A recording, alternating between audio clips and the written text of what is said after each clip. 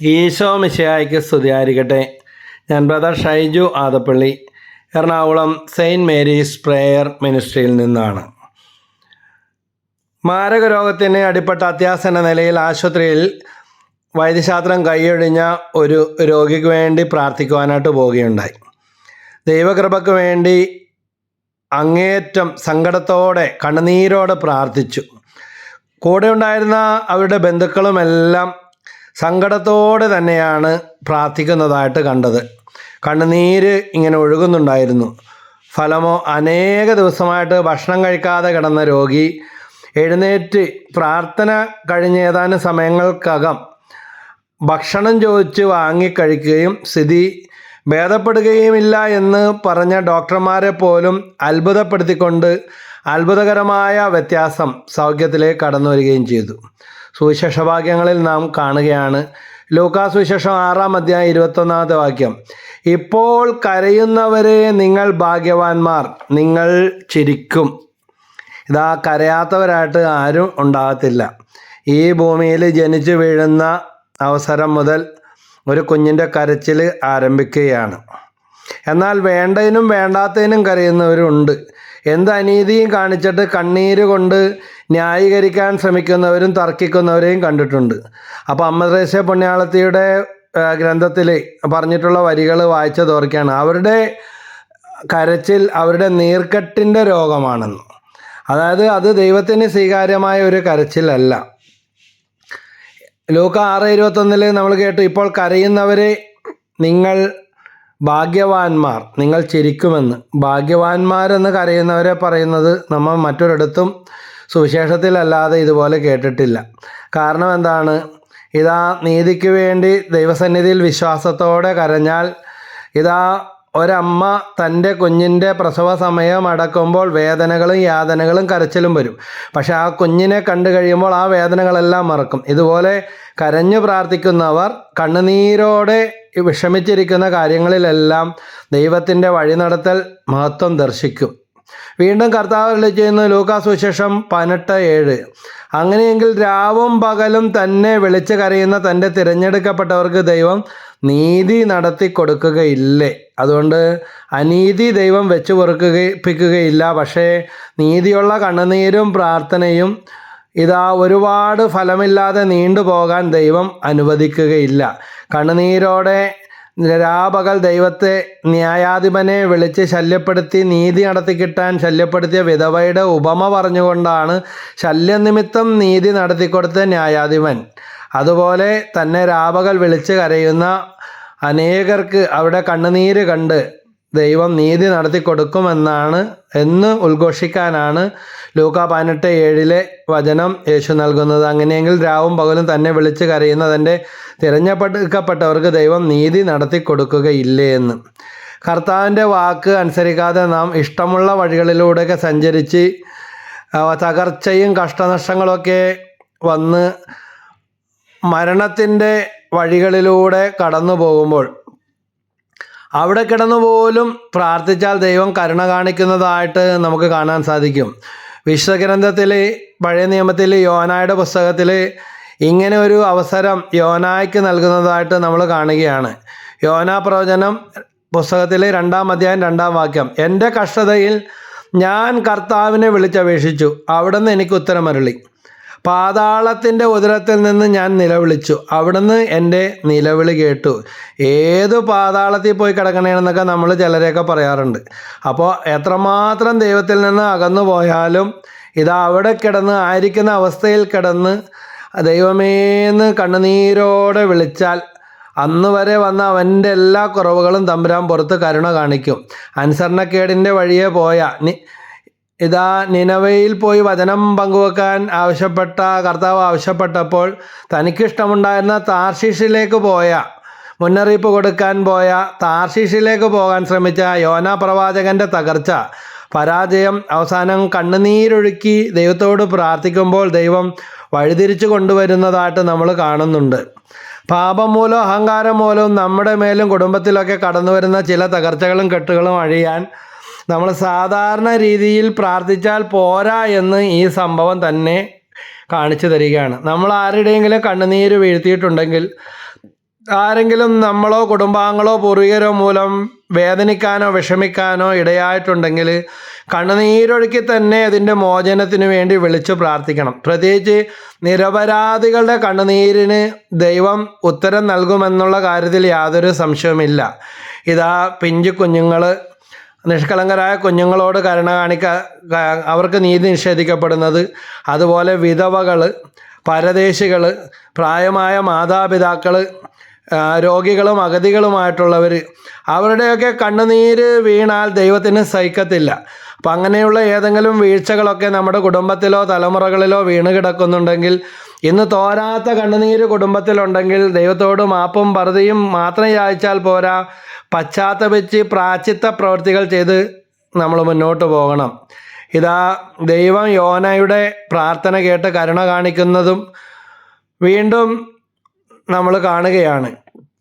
അപ്പോൾ ഇതെല്ലാം എഴുതപ്പെട്ടിരിക്കുന്നതും ഇതെല്ലാം കേൾക്കുന്നതും നമ്മുടെയൊക്കെ ജീവിതത്തിൽ വെളിച്ചം തരാനാണ്. ഞങ്ങളുടെ പരിശുദ്ധാത്മാവെ നയിച്ചാലും എന്ന് പറഞ്ഞ ഒരു ഗ്രന്ഥത്തിൽ ഈ വിഷയത്തെക്കുറിച്ച് പ്രതിപാദിച്ചിട്ടുണ്ട്. അങ്ങനെ ഒരു കൃപ പരിശുദ്ധാത്മാവ് തന്നു. അപ്പോൾ ഇതെല്ലാം പങ്കുവെക്കുന്നത് നമ്മുടെ ജീവിതത്തിൽ ഏതെങ്കിലും ഇരുളടഞ്ഞ ഇത്തരം മേഖലകളുണ്ടെങ്കിൽ അവിടെ ദൈവത്തിൻ്റെ പരിശുദ്ധാത്മാവിൻ്റെ വെളിച്ചം നമുക്ക് ലഭിക്കുന്നതിന് വേണ്ടി, ആരെയും കുറ്റബോധത്തിലേക്കോ നിരാശയിലേക്കോ തള്ളിയിടുവാൻ തമ്പുരാൻ ആഗ്രഹിക്കുന്നില്ല.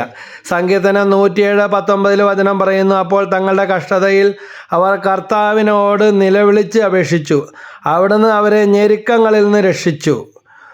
മകൻ്റെ മാനസാന്തരത്തിന് വേണ്ടി കരഞ്ഞു പ്രാർത്ഥിച്ച് എത്ര വർഷം, 33 വർഷം കണ്ണുനീരൊഴുക്കിയ ഒരമ്മയെക്കുറിച്ചും ആ കണ്ണുനീരിന് കാരണക്കാരനായ മകനെക്കുറിച്ചും നമ്മൾ തിരുസഭാ ചരിത്രത്തിൽ വായിക്കുന്നുണ്ട്. ആ അമ്മയാണ് വിശുദ്ധ മോനിക്ക. അമ്മയെ കണ്ണീര് കുടിപ്പിച്ച മകനാണ് വിശുദ്ധ അഗസ്റ്റിൻ. എന്നാൽ കണ്ണീരൊഴുക്കിയുള്ള ഈ പ്രാർത്ഥന വഴി അമ്മയുടെ പ്രാർത്ഥന ദൈവം കൈക്കൊണ്ട് അമ്മയും വിശുദ്ധയായി മകനും വിശുദ്ധനായതായിട്ട് നമ്മൾ കാണുന്നു. അപ്പോൾ കണ്ണുനീരൊഴുക്കി പ്രാർത്ഥിക്കുന്നവർ കണ്ണുനീരൊഴുക്കി പ്രാർത്ഥിച്ച ഈ അമ്മയുടെ കണ്ണുനീരിന് കാരണമാക്കുകയും എന്നാൽ അമ്മയുടെ പ്രാർത്ഥന വഴി വിശുദ്ധിയിലേക്ക് കടന്നു വന്ന തിരുസഭാ പണ്ഡിതനും വിശുദ്ധനുമായ വിശുദ്ധ അഗസ്റ്റിൻ്റെയും വിശുദ്ധ മോനിക്കാമ്മയുടെയും വിശുദ്ധ അഗസ്റ്റിൻ്റെയും മധ്യസ്ഥം യാചിച്ചു പ്രാർത്ഥിക്കുന്നത് പ്രത്യേകം നല്ലതാണ്. സങ്കീർത്തനം 126:5-6 പറയുന്നു, കണ്ണീരോട് വിത്ത് വിതയ്ക്കുന്നവൻ ആനന്ദത്തോടെ കൊയ്യട്ടെ എന്ന്. വിത്ത് ചുമന്നുകൊണ്ട് വിലാപത്തോടെ വിതയ്ക്കാൻ പോകുന്നവർ കറ്റ ചുമന്നുകൊണ്ട് ആഹ്ലാദത്തോടെ വീട്ടിലേക്ക് വരുമെന്ന്. സാമുവേൽ പ്രവാചകൻ്റെ പുസ്തകത്തിൽ 1-ാം അധ്യായത്തിൽ നമ്മൾ കാണുന്നുണ്ട്, വിവാഹം കഴിഞ്ഞ് കാത്തിരുന്നിട്ടും പ്രാർത്ഥിച്ചിട്ടും കുഞ്ഞിനെ ലഭിക്കാതെ വന്നപ്പോൾ ദേവാലയത്തിലേക്ക് വന്ന് മനോവേദനയോടെ കരഞ്ഞു പ്രാർത്ഥിച്ച ആരാണ്? ഹന്ന. ഹന്നയുടെ കണ്ണുനീരിന് ദൈവം കൊടുത്ത ഒരു മറുപടിയാണ് രാജാക്കന്മാരെ പോലും അഭിഷേകം ചെയ്യാൻ പിൽക്കാലത്ത് ശക്തനായി തീർന്ന പ്രവാചകനായ സാമുവേൽ പ്രവാചകൻ. ആ അന്നയുടെ കണ്ണുനീരിന് ദൈവം കൊടുത്ത ഉത്തരം ഇതാ സാമുവേൽ എന്ന ആ ഇസ്രായേലിലെ ആദ്യത്തെ രാജാവായ സാവൂളിനെ അഭിഷേകം ചെയ്യാൻ കഴിവുള്ള സാമുവേൽ പ്രവാചകൻ ആയിത്തീർന്നു ഈ കുഞ്ഞ്. അപ്പോൾ ഇന്നും പ്രത്യാശ നഷ്ടപ്പെട്ട ദമ്പതികൾക്കും മാതാപിതാക്കൾക്കും ഈ പ്രാർത്ഥനാ രീതി ഒരു മാതൃകയാകണം. മടുപ്പ് തോന്നരുത്, നിരാശപ്പെടരുത്, ഒളിച്ചോടരുത്. ഒളിച്ചോട്ടമോ ആത്മഹത്യമോ ഒന്നിനും പരിഹാരമല്ല. ഇനി ലാസറിൻ്റെ മരണത്തിൽ കണ്ണുനീരൊഴുക്കുന്ന ലാസറിൻ്റെ സഹോദരിമാരുടെയും യഹൂദരുടെയും കണ്ണുനീര് കണ്ട് യേശു കണ്ണുനീർ പൊഴിച്ചുവെന്ന് സുവിശേഷത്തിലെ ഒരു ചെറിയ വാക്യമാണിത്. അപ്പോൾ യോഹന്നാൻ 11:35 യേശു കണ്ണുനീർ പൊഴിച്ചു. യേശുവോ കരഞ്ഞു എന്ന് വചനം പറയുകയാണ്. സ്നേഹിക്കുന്നവരുടെ കണ്ണുനീര് കണ്ടാൽ ദൈവത്തിന് സഹിക്കുകയില്ല.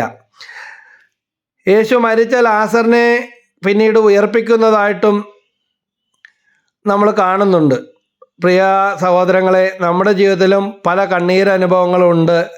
എന്നാൽ ഓർക്കുക, കണ്ണുനീരിൽ അവസാനിക്കാനുള്ള അനുഭവമല്ല ഇത്. മറിച്ച് ദൈവം അരികിലുണ്ട്, അവിടുന്ന് അത്ഭുതം പ്രവർത്തിക്കും എന്ന് വിശ്വസിക്കാൻ ഇനിയും സമയം വൈകിട്ടില്ല. എന്നെ കേട്ടുകൊണ്ടിരിക്കുന്ന പ്രിയപ്പെട്ടവരെ, രോഗത്തിൻ്റെ, അപമാനത്തിൻ്റെ, സാമ്പത്തിക തകർച്ചയുടെ, എല്ലാവരും കൈവിട്ടതിൻ്റെ, നീതി നിഷേധിക്കപ്പെട്ടതിൻ്റെയൊക്കെ വേദനകൾ ഒന്നൊന്നായി എന്നെയും നിങ്ങളെയും അലട്ടിക്കൊണ്ടിരിക്കുമ്പോൾ ബലഹീനതകളിൽ ആശ്വാസവും മോചനവും തരാൻ കഴിവുള്ള കർത്താവായ യേശു ഉണ്ടെന്നുള്ള ബോധ്യം മറക്കാതെ പാപിനിയായ മഗ്ദലന മറിയം അവിടുത്തെ കാൽക്കലിരുന്ന് കണ്ണീരൊഴുക്കി അനുഗ്രഹം പ്രാപിച്ച് ഉയർത്തെഴുന്നേറ്റ യേശുവിനെ ആദ്യം കാണാൻ ശിഷ്യന്മാരെക്കാൾ മുമ്പ് ഓടിയെത്താനും ഭാഗ്യം നേടിയെടുക്കുന്നതായിട്ട് സുവിശേഷത്തിൽ കാണുന്നു. ലൂക്കാ സുവിശേഷം 18-ാം അധ്യായം 35 മുതൽ 43 വരെ അന്ധയാചകൻ്റെ കരച്ചിൽ കേട്ട യേശു താൻ ഒരിക്കലും കാണാതിരുന്നിട്ടും വിശ്വാസത്തിൻ്റെ കണ്ണുകൾ കൊണ്ട് യേശുവിനെ വിശ്വസിക്കാൻ സാധിച്ച അന്ധൻ്റെ പ്രാർത്ഥന ഉച്ചത്തിലുള്ള കരച്ചിലായി തീർന്നപ്പോൾ എല്ലാവരും അവനെ ശകാരിക്കുകയാണ്. ഇതാ നമ്മുടെ ജീവിതത്തിലും ചിലപ്പോൾ മറ്റുള്ളവരിൽ നിന്ന് അപമാനവും കുത്തുവാക്കുകളും കൂടുതൽ വേദനിക്കുന്ന അനുഭവങ്ങളുമായിരിക്കാം ഒരു ആശ്വാസവും പ്രത്യാശയും കിട്ടുന്നതിന് പകരം നമുക്ക് ലഭിക്കുന്നത്. എന്നാൽ ഈ അന്ധനാകട്ടെ കൂടുതൽ ഉച്ചത്തിൽ യേശുവിനെ വിളിച്ചു. വചനം പറയുകയാണ്, യേശു അവിടെ നിന്നു. യേശുവിനെ പിടിച്ചു നിർത്തി അനുഗ്രഹം നേടിയെടുക്കാൻ നമ്മുടെ കണ്ണുനീരോടെയുള്ള പ്രാർത്ഥനയ്ക്ക് ശക്തി ഉണ്ടെന്നുള്ള കാര്യം മറന്നു പോകരുത്. ഇതാ അന്ധനെ യേശു അടുത്ത് വിളിച്ചു. അന്ധനെ യേശു അടുത്ത് വിളിച്ച് അവന് സൗഖ്യം കൊടുക്കുകയാണ്. നമ്മുടെ പ്രയാസങ്ങളിൽ, പ്രശ്നങ്ങളിൽ, അസൂയക്കാരിൽ നിന്നോ വെറുപ്പിൽ നിന്നോ കുറ്റാരോപണത്തിൽ നിറഞ്ഞതോ ആയ എല്ലാ വേദനകളും അന്ധൻ തൻ്റെ ജന്മം തന്ന മാതാപിതാക്കളെയോ ദൈവത്തെയോ തന്നെ തടസ്സപ്പെടുത്തിയവരെയോ കുറ്റാരോപണം നടത്താതെ ദാവീദിൻ്റെ പുത്രനായ യേശുവേ എന്നിൽ കനിയണമേ എന്ന് മാത്രമാണ് കൂടുതൽ ഉച്ചത്തിൽ വിളിച്ചത്. എന്നാൽ നമ്മുടെ ജീവിതത്തിലോ അപ്പം കാരണം, അമ്മ കാരണം, വീട്ടുകാർ കാരണം, ബന്ധുക്കാർ കാരണം, അയൽവാസി കാരണം, സ്കൂൾ കാരണം, കോളേജ് കാരണം, സാറുമാർ കാരണം, പല കാരണങ്ങളും പറയാൻ നമുക്കുണ്ടായേക്കാം. അവൻ ആരെയും കുറ്റപ്പെടുത്തിയതായിട്ട് സുവിശേഷത്തിൽ കാണുന്നില്ല. അവൻ കൂടുതൽ ഉച്ചത്തിൽ യേശുവിനെ വിളിച്ച് കരയുകയാണ്. ഈ പ്രാർത്ഥന യേശു കേട്ടു. നമ്മുടെ പ്രാർത്ഥനകളിൽ ഇങ്ങനെയുള്ളൊരു മനോഭാവമാണോ ഉള്ളത്? അവന് കാഴ്ച കിട്ടുകയും ചെയ്തു. നാം ഒത്തിരി കരയാറുണ്ട്, പക്ഷേ ഉദ്ദേശിച്ച ഫലം കിട്ടുന്നുണ്ടോ? ഒന്ന് ആത്മശോധന ചെയ്യാം. നമ്മുടെ പല കരച്ചിലുകളും ഒരിക്കലും ഈ പ്രശ്നങ്ങൾക്ക് പരിഹാരം ഉണ്ടാകാൻ പോകുന്നില്ല എന്ന മട്ടിലാണ്. അപ്പോൾ ഫലം കണ്ടില്ലെങ്കിൽ നമുക്ക് കുറവുകൾ കണ്ടെത്തി മാറ്റം വരുത്താം. തൻ്റെ പീഡാസഹന യാത്രയിൽ തന്നെ നോക്കി കരഞ്ഞ ഓസ്ലേമിലെ സ്ത്രീകളെ നോക്കി യേശുനാഥൻ നിങ്ങളെയും നിങ്ങളുടെ മക്കളെയും ഓർത്ത് കരയുവിൻ എന്നാണ് പറയുന്നത്. ഇന്ന് നമുക്കും നമ്മുടെ കുടുംബത്തിൻ്റെയും നാടിൻ്റെയും സ്ഥിതിഗതികളെക്കുറിച്ച് വ്യക്തമായി ചിന്തിച്ചാൽ യേശുവിൻ്റെ ഈ വാക്കുകൾ തന്നെയാകും നമ്മുടെ കാതുകളിൽ മുഴങ്ങുന്നത്. ഈ ഓഡിയോ ചെയ്തുകൊണ്ടിരിക്കുന്ന അതിന് തൊട്ട് മുൻപ് തന്നെ ഇതാ വസ്തു വിൽപ്പനയുമായി ബന്ധപ്പെട്ട കച്ചവടം നടക്കുന്നില്ല, 5, 10, 15 വർഷമായിട്ട് കെട്ടിക്കിടക്കുന്ന അവസ്ഥയാണ്, കടം പെരുകി 65 ലക്ഷമായി എന്നൊക്കെ പറയുന്ന അവസ്ഥകൾ കേൾക്കാനിടയായി. പക്ഷേ ഇനിയും ദൈവത്തിന് പ്രത്യാശയോടെ പ്രാർത്ഥിച്ചാൽ ദൈവത്തിന് പ്രവർത്തിക്കാനായിട്ട് സാധിക്കും. കടബാധയോ ജപ്തിബാധയോ രോഗത്തകർച്ചകളോ വഴിയില്ലാത്ത അവസ്ഥയോ, വഴിയില്ലാതെ 30 വർഷമായിട്ട് ബ്ലോക്കായി കിടക്കുന്ന ഒരു വസ്തു അപ്പനും അമ്മയും വന്ന് വചനം കേട്ട് പ്രാർത്ഥിച്ചപ്പോൾ ഇതാ 10 വർഷമോ മറ്റോ ആയിട്ട് അതിൻ്റെ പ്രമാണവും ബാങ്കിൽ ഇരിക്കുകയാണ്. ഉള്ളത് ബാങ്കിലാണ്, ഒരു ഓട്ടോറിക്ഷ പോലും കയറത്തില്ല. പക്ഷെ മുട്ടിപ്പായിട്ട് വന്ന് വചനം കേട്ട് ഇവർ പ്രാർത്ഥിക്കാൻ തുടങ്ങിയപ്പോൾ ബാധ്യതകൾ നല്ല രീതിയിൽ വെട്ടിച്ചുരുക്കി കിട്ടുകയും അത് അടച്ചു തീർക്കാനും അതിന് ആവശ്യമുള്ള നല്ല വിലക്ക് തന്നെ ആ സ്ഥലം ചേർത്ത് എടുത്താൽ ഗുണമുള്ള, വഴിയില്ലെങ്കിലും കുഴപ്പമില്ലാത്ത ആളുകളിലൂടെ അത് വാങ്ങാൻ ദൈവം വന്ന് ചോദിച്ചെടുത്തു. ഒരു ബ്രോക്കർ കാശ് പോലും പോകാത്ത അവസ്ഥ. അപ്പോൾ ദൈവത്തിന് എങ്ങനെ വേണമെങ്കിലും എപ്പം വേണമെങ്കിലും പ്രവർത്തിക്കാൻ സാധിക്കും. എസ്തേറിൻ്റെ പുസ്തകം 1:9 മുതൽ 11 വരെ നീതിമാന്മാരുടെ ജനത മുഴുവൻ കഷ്ടത്തിലായി. തങ്ങളെ ഭീഷണിപ്പെടുത്തുന്ന കഷ്ടതകളെ അവർ ഭയപ്പെട്ടു. നശിക്കാൻ അവർ തയ്യാറായി. അപ്പോൾ അവർ ദൈവത്തെ വിളിച്ചു. അവരുടെ കരച്ചിലിൽ നിന്ന് ചെറിയ ഉറവയിൽ നിന്നെന്ന പോലെ ധാരാളം ജലമുള്ള ഒരു മഹാനദി ഉണ്ടായി. പ്രകാശം വന്നു, സൂര്യൻ ഉദിച്ചുയർന്നു. എളിയവർ ഉയർത്തപ്പെട്ടു, ഉന്നതർ നശിപ്പിക്കപ്പെട്ടു. ഇവിടെ ശ്രദ്ധേയമായ ഒരു കാര്യം ഞാനും നിങ്ങളും അവിടെ ഓർക്കേണ്ടതാണ്. എളിയവർ ഉയർത്തപ്പെട്ടു. ഇതാണ് വചനം പഠിപ്പിക്കുന്നത്. നമ്മളെത്ര ഉന്നതരാണോ അത്രത്തോളം താഴണം. വായിൽ വന്നതും വഴിയെ പോയതും കോതക്ക് വാട്ടുന്നത് പോലെ വെച്ച് വിളമ്പുന്നതല്ല വിശുദ്ധി. ഇതാ സഹിക്കുവാനും എളിമപ്പെടുവാനും താഴാനും ദാസൻ്റെ രൂപം സ്വീകരിക്കുവാനുമൊക്കെ ചിലപ്പോൾ നമ്മൾ ശ്രമിക്കേണ്ടി വരും. നമ്മുടെ അഹങ്കാരവും സ്വാർത്ഥതയും അടിയറവ് വെക്കേണ്ടി വരും. ഞാനെന്ന ഭാവവും നിർബന്ധ ബുദ്ധിയും ചില ദുശീലങ്ങളുണ്ടാകാം. അപ്പോൾ അതെല്ലാം ഉപേക്ഷിക്കാൻ തയ്യാറാണ്. വിശുദ്ധ മാർ തെരേസയുടെ അടുക്കൽ ഒരു കുഞ്ഞിൻ്റെ രോഗശാന്തിക്ക് വേണ്ടി പ്രാർത്ഥിക്കാൻ അമ്മ കുഞ്ഞുമായിട്ട് വന്നപ്പോൾ നിനക്ക് ഏറ്റവും പ്രധാനപ്പെട്ട മാറ്റം വരുത്താൻ തയ്യാറുള്ള എന്ത് കാര്യമുണ്ടെന്ന് ചോദിച്ചു. അപ്പോൾ ഇവർക്ക് മനസ്സിലായില്ല, അവർ മുറുക്കുന്ന ദുശീലമുള്ള വ്യക്തിയാണ്. മാർ തെരേസ പറഞ്ഞു, ആ മുറുക്കുന്ന ദുശീലം മാറ്റിയിട്ട് 1 മാസം കഴിഞ്ഞ് കുഞ്ഞുമായിട്ട് വരിക എന്ന്. അങ്ങനെ പ്രാർത്ഥിക്കുകയും ആ കുഞ്ഞ് സുഖം പ്രാപിക്കുകയും ചെയ്തു. നമുക്ക് ഏറ്റവും വിലപ്പെട്ടതെന്ന് തോന്നുന്ന, നമുക്ക് ചില മാറ്റാൻ പറ്റാത്ത എടുത്തു ചാടുന്ന സ്വഭാവം, സ്വാർത്ഥത, മദ്യപാനം, മയക്കുമരുന്ന്, ലഹരി, അത് നോയമ്പ് കാലത്തിനു മാത്രം ഉപേക്ഷിക്കാനുള്ളതല്ല.